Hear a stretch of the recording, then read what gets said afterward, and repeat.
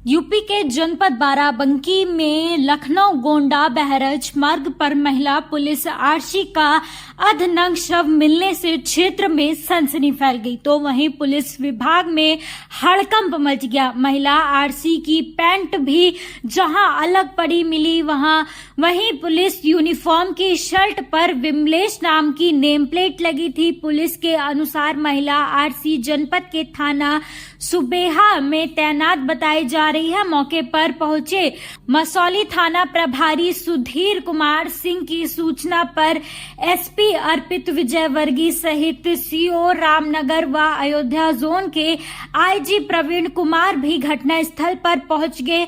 घटनास्थल की बारीकी से जांच पड़ताल करते हुए पुलिस की फॉरेंसिक जांच के नमूने भी घटना स्थल से उठाए गए हैं। साथ ही आसपास के लोगों से पुलिस पूछताछ कर रही है। मीडिया से रूबरू होते हुए आईजी अयोध्या प्रवीण कुमार ने हत्या की बात स्वीकारते हुए एक सहकर्मी पुलिस आरक्षी को मामले में संदिग्ध मान रहे हैं, जिसके खिलाफ मृतक के पूर्व में दुराचार का मुकदमा भी दर्ज कराया था, पर बाद में सुलह कर ली थी। देखिए, इसको घटनास्थल का निरीक्षण किया गया है। फॉरेंसिक साइंस के हिसाब से जो फॉरेंसिक एविडेंस है वो कलेक्ट किए गए हैं और उस बेसिस पर ख़ास तौर से जो हमारे डिफरेंट फुटेजेस और सारी चीज़ें वो भी लोग इसको ले रहे हैं। कुछ चीज़ें निकल के आई हैं कि अपने एक साथी आरक्षी के साथ इनका संवाद था, उसके साथ मिलना जुलना था। उस बेसिस पर एक मुकदमा भी बलात्कार का लिखवाया था। उसके बाद 164 के स्टेटमेंट में ये आया कि हमने कोर्ट मैरिज कर ली है, लिहाजा इसको हम आगे फर्दर कोई कार्रवाई नहीं चाहते हैं।